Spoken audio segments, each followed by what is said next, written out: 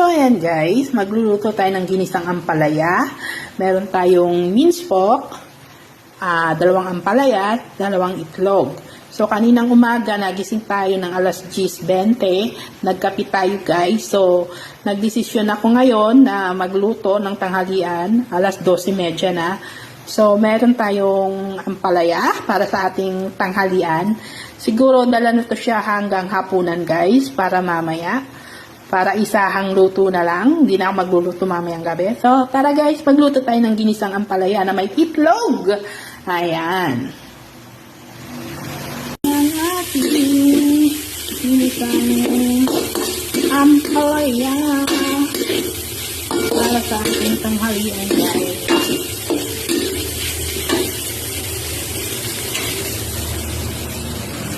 So, yan na guys yung ating pananghalian. Ginisang ampalaya na may itlog.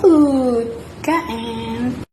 So, ayan guys, kain tayo ng tanghalian natin guys. Ayan ang ating ginisang ampalaya. Ayan.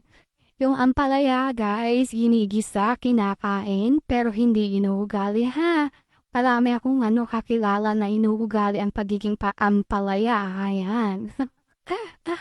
Bad yun, bad ha. Huwag ugaliin ang pagiging ampalaya. Ayan. Kain tayo guys. Kain para sa ating tanghalian. Ayan. Popo-slide tayo guys. Para ayan. Pinapakita talaga.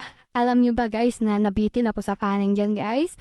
So yung para mamayang gabi kinain ko na rin yung ampalaya. Inubos ko talaga siya.